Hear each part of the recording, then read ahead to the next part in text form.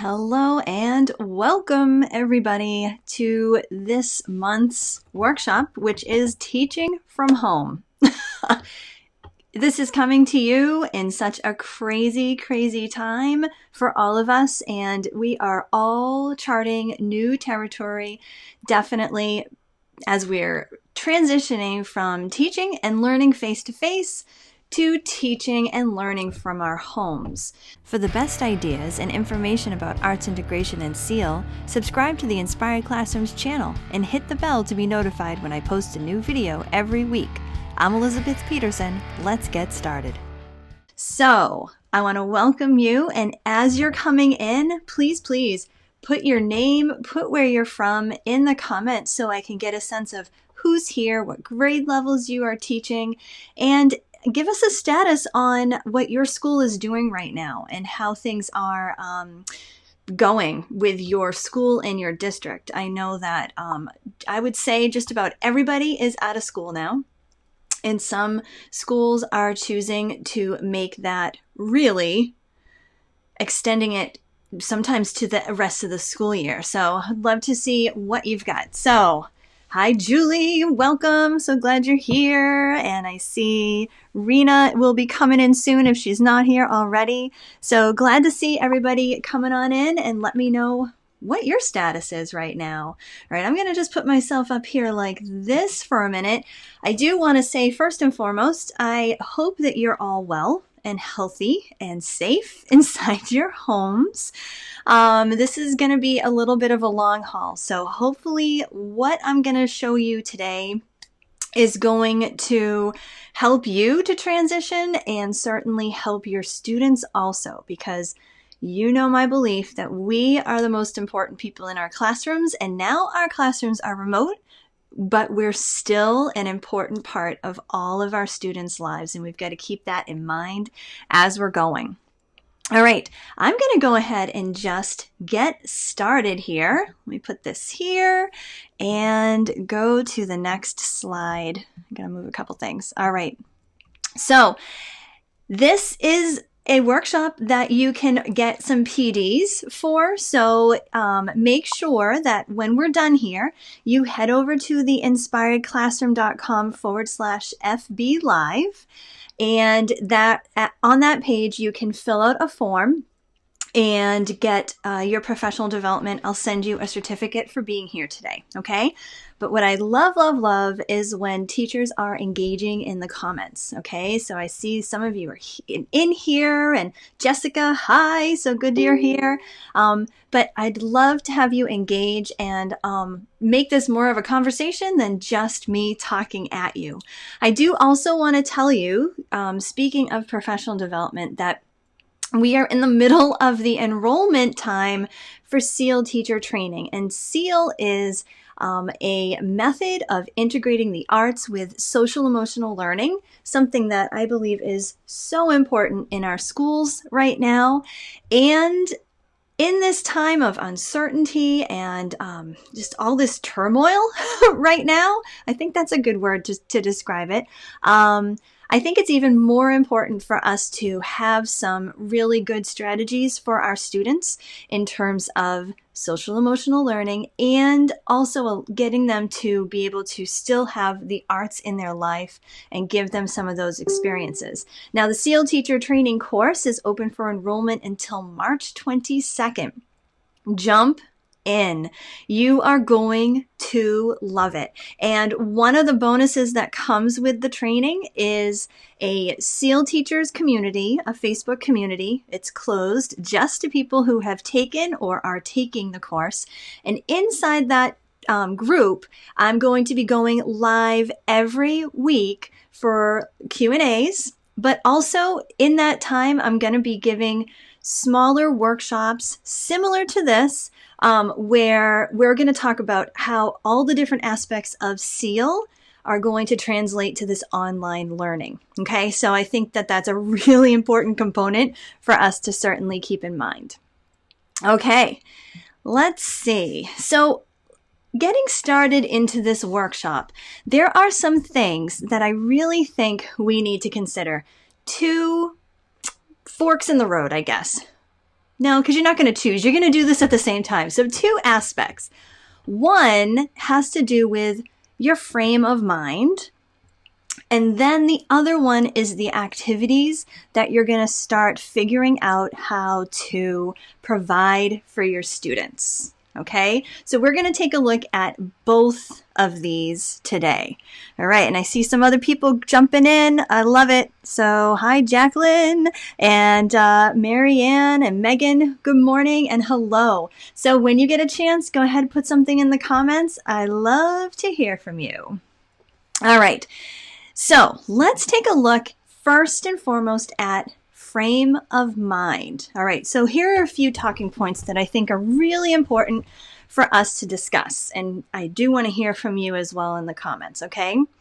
First and foremost, be realistic with your expectations for your students. Okay, so think about where your students are coming from. Whatever age they are, whatever stage of life they're in, you want to be mindful of who they are and what resources they have available to them, right? You also want to be able to be realistic with the expectations for yourself. This is new to you. I bet most of you, this is a whole new way of thinking about teaching, right?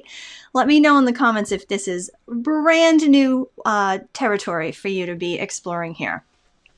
So have some realistic expectations on yourself. Give yourself time to get comfortable with some of the online resources that you're going to be using.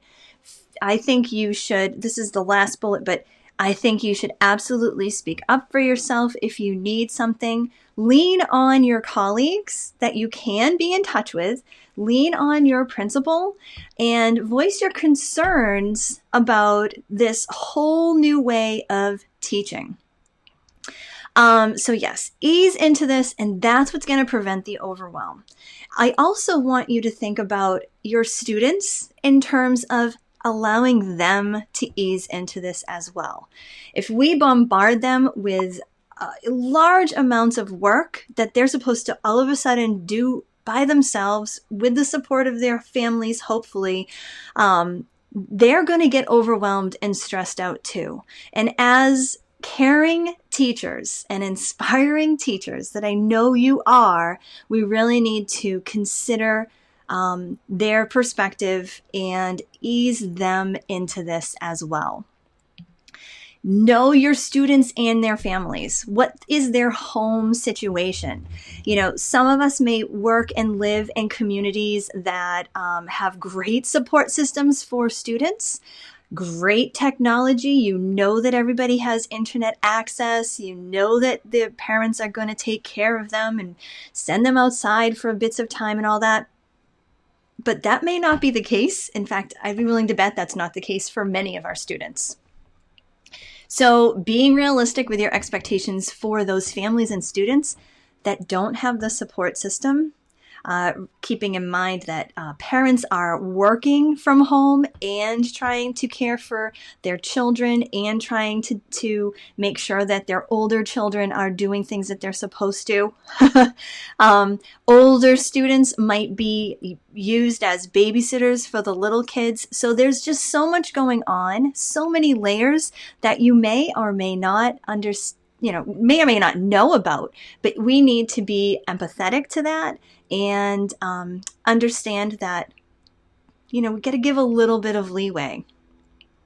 All right, differentiation. So allowing for that type of differentiation. If a student can't pass something in on time, this is not the time to reprimand them. This is the time to support them and make sure that they are feeling cared for and feeling connected with you.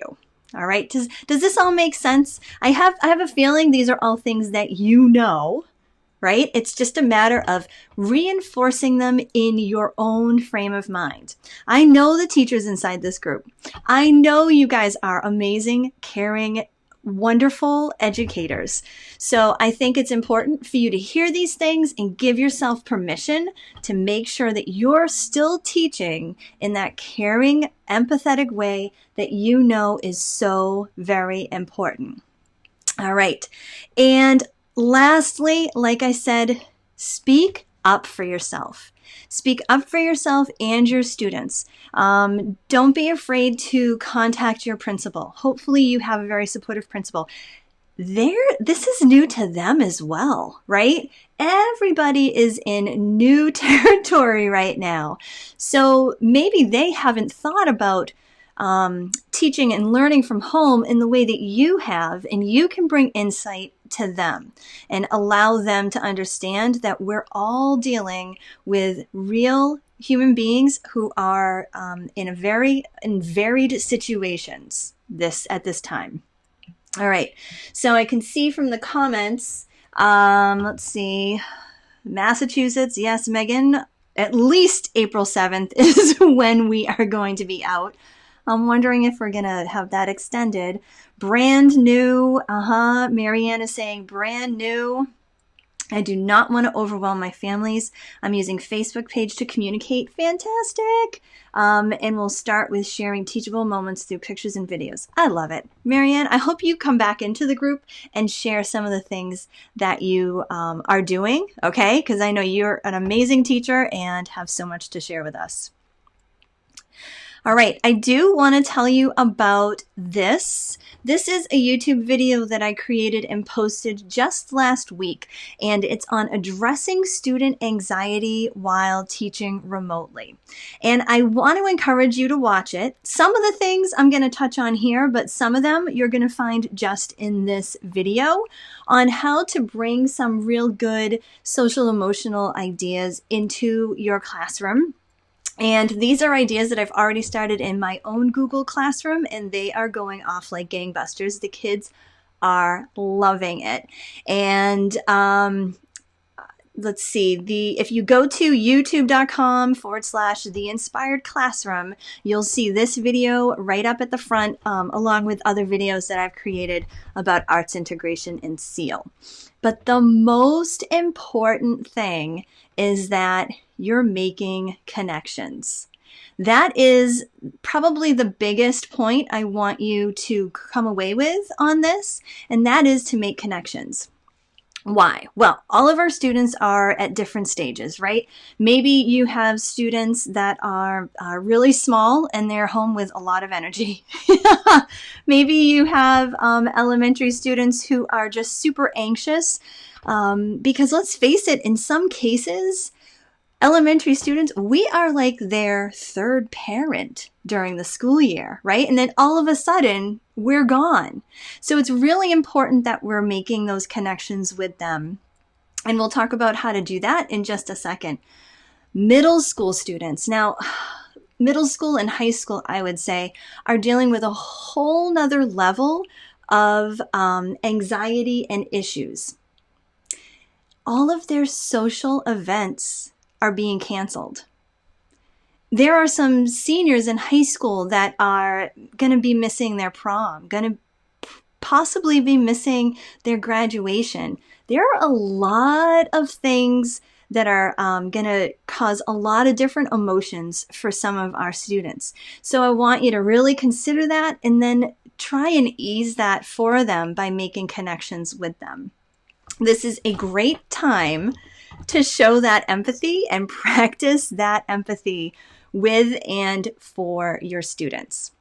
All right, now I'm going to show you how I have been making connections with my students. Let me get into this and into this. Right, so I love loom.com. And this past week, they have just gone right up in my book, because they have made their services free for teachers and educators and students. And so what you can do is go to loom.com and sign up for an account, and you have to do it with your school email address so that you can get it for free. And I believe if I'm remembering correctly, they said it is free forever, okay?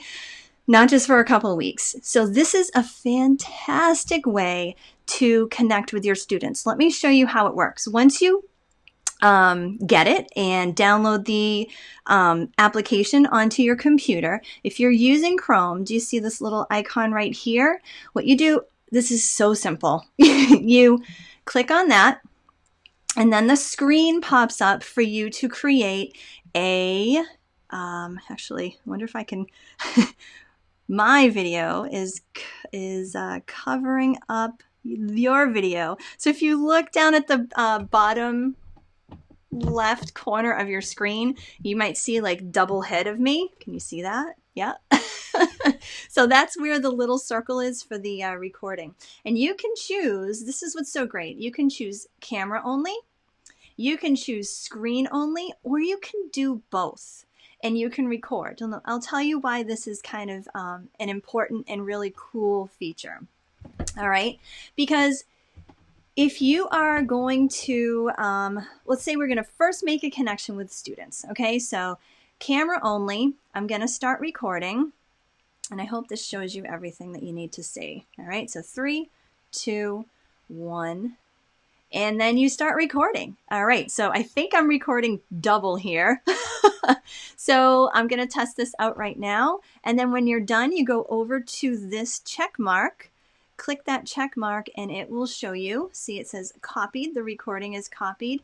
And then you'll see the recording.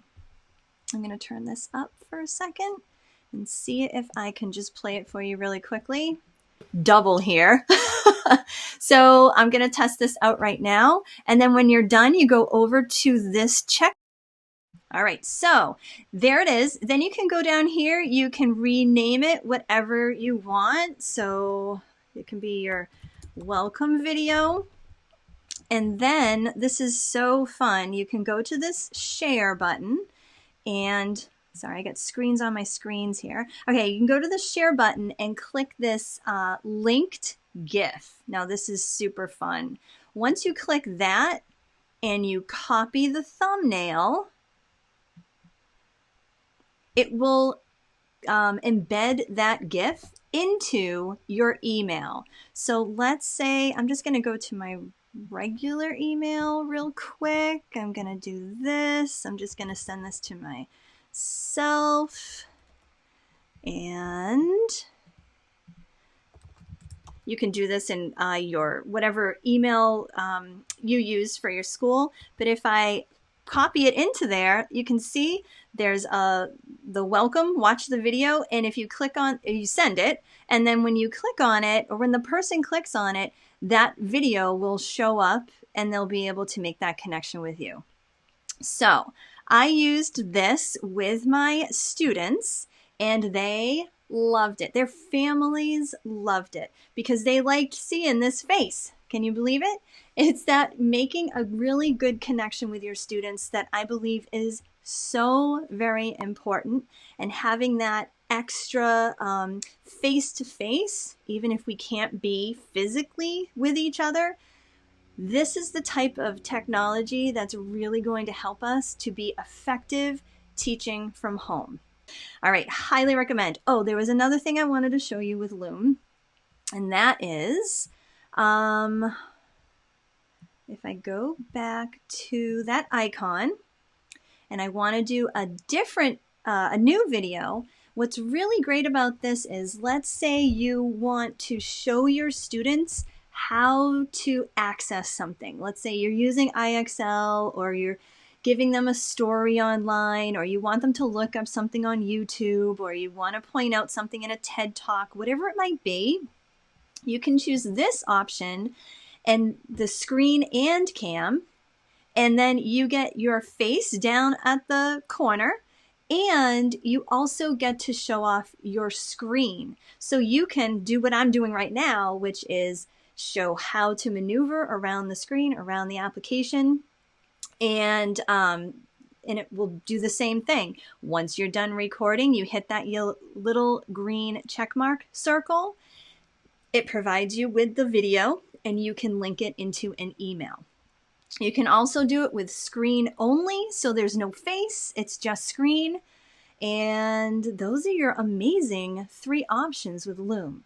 So, highly recommend checking out Loom and seeing what it can do for you. Okay? All right. If you have any questions about Loom, by all means, go ahead and ask them in the comments, and I'm happy to answer any of your questions. Other ways to make connections. Many of our families are on Facebook, on Twitter. You may want to think about creating a Twitter account that's just for your class. Like I have a Twitter account. I haven't used it for so long, and I don't know if I'm going to or not right now, but I have one that the handle is Mrs. E. Peterson, and so that is just for classroom tweets, and I used to do it all the time. I haven't for a while, but you can use Twitter. You can create your own account for your classroom. You can create your own Facebook group for your students. I would just check with your district and your school to see if they're okay with that, because you just want to make sure. I've heard of one of my teacher friends who works and lives in Washington, D.C., she started a TikTok account. I think that's pretty cool. So if you teach middle or high school, that might be a really fun way to make connections with your students.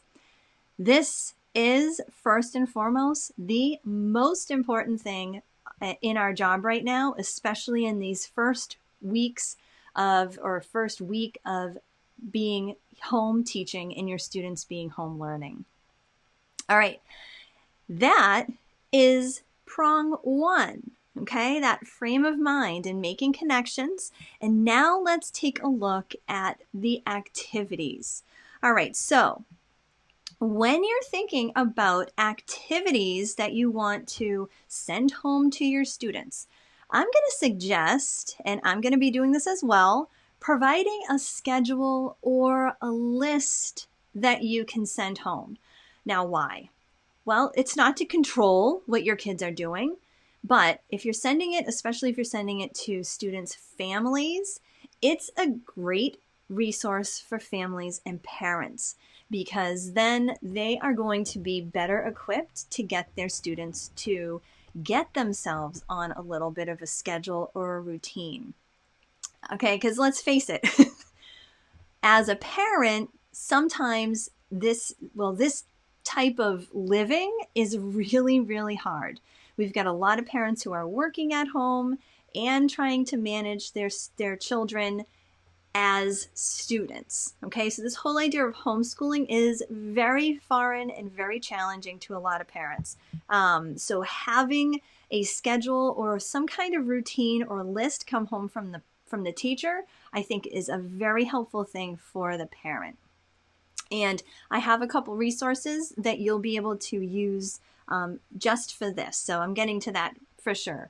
Also, when you're thinking about those activities for your students, I want you to think about not just the academics that they need to do or you want them to do, but also consider things like getting them outside, giving them some brain breaks. And of course, giving them some activities that they're going to work on some of their SEAL qualities as well. And we'll talk about those in a couple minutes. All right. Getting that fresh air, though, especially in this time, I think is really, really important. So definitely make that suggestion to your students and to their families. All right. Now, activities part 2. I'm not going to spend a ton of time here because this is where I would ask you to think about what exactly you want your students to do in terms of academics, okay? There are so many online resources. I am not going to go through all the academic resources. You probably have an idea of what you're going to use. And if you don't, there's a good possibility that your team or your principal has been thinking about this and giving you those ideas and resources as well. The only thing I will say, we've talked about Loom, the only thing I will say is that Google Classroom is fantastic for this, okay? So you set up your classroom. There are places for you to make comments with your students, to assign work for your students. And I think that that is just a great way to organize it, and it's free. It wouldn't surprise me if your school or district is actually giving you that as an opportunity or even requiring it of you. Okay. Also, in terms of school requirements, everybody is kind of taking this on in a different way, right? So one district may be sending home piles of work to do, and another one might be giving families suggestions. Chances are that you already know what your school is requiring of you. And be ready, because things may change. If we're out of school for longer than what we think, you know, the requirements of you and the requirements of your students may also change. So having some of these resources in the back of your mind is a really helpful thing for you. And if you don't have resources yet, I'm happy to give you some of these online resources for sure. But chances are you've actually been bombarded with all the resources that you have. But I'm happy to chat in the comments either now or after this workshop about what are some of those resources that you're using. In fact, go ahead and put in the comments resources that you have been looking at or have been assigning from to your classes right now, and maybe that will be a good list for the rest of us. Okay, so go ahead and put those in the comments. All right, the final thing we're going to talk about is activities part 3. And this is where we're not looking at the structure of things with a schedule or routine. We're not looking at the academics, but we're looking at how we can support our students with SEAL, social emotional, artistic learning, and some creativity. Now, I have a free resource for you, and you can download it as soon as we're done here. I'll put the link up for you, but I do want to show you it a little bit right now. Okay, so here's how you're going to gain access to it. So this is actually going to be, let me just plug my computer in so I don't lose it. All right, so this is going to be a resource pack, okay? This isn't just a one thing. This is going to be many things for you, because I'm going to be adding to it as we move through the next few weeks. So what you do is you're going to go to this. You don't have to memorize this address. What you need to memorize is theinspiredclassroom.com/remote teaching. So that's the shortened URL, theinspiredclassroom.com/remote teaching. And it will bring you to this. And what you're going to do is put in, go ahead. There we go. You're going to go ahead and put in your name and email and go ahead and click that button.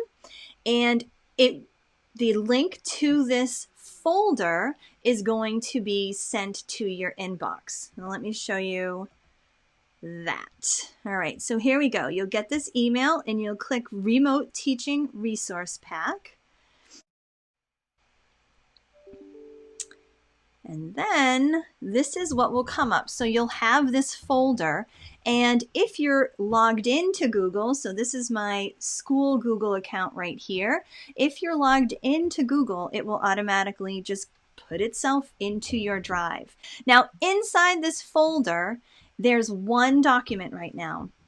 It's called Learning from Home, and it's got pages of different resources. I'll go through them really quickly with you in just a minute.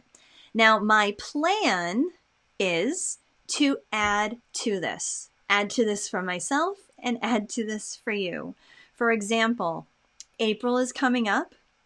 Poetry Month, I have a fantastic resource that I want to put in here for you. It's my independent project resource that I want to give to you guys for free. I will be adding that in later on in the month before April 1st so that you guys can have access to it. But what I really want to do before I put it in there is I want to record a video that will help introduce the project to your students. Okay, so when you are ready to utilize this poetry project with your students, you can give them the video of me introducing it to them so that you don't have to do that part. And also you'll give them the actual resource digitally so that they can use it at home. Okay, so I want to revamp it a little bit and make it really awesome so that you can use it well in this remote teaching situation that we're in. All right. I'm also going to be, I meant to make one. I'm also going to be putting in here a instructional video on how to make a mini book. Now, I'm just going to show you super quickly. I'm not making it right now, but I just want to show you how small and cute it is. So the book itself is this small, and when you open it up, it's got 4 pages inside of it, and there are so many ways that you can use a mini book just like this, and your kids will love it regardless of the age, because it's differentiated, because this is just a blank book, and what you do with it and what you assign for it can be just options are there are so many possibilities, right? So you could make this into a sketchbook. You could make this into a word book. You could make this into a book that students go and build collages on them. You know, it could be focusing on colors. It could be focusing on numbers. It could be focusing on historical events. So this little book could be your best friend. Okay, so I want to put an instructional video in this folder that's going to show you and your students how to create one of them. All right, so those are the plans. So as long as you have the folder in your drive, you will have access to everything else that I put in there automatically. Okay, so let's take a look at this. All right.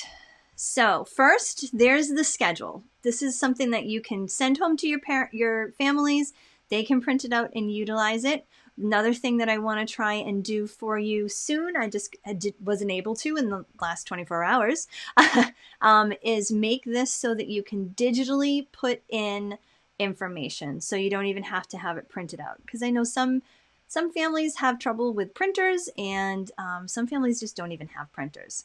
All right, and then here's a variation of utilizing it in terms of a routine instead.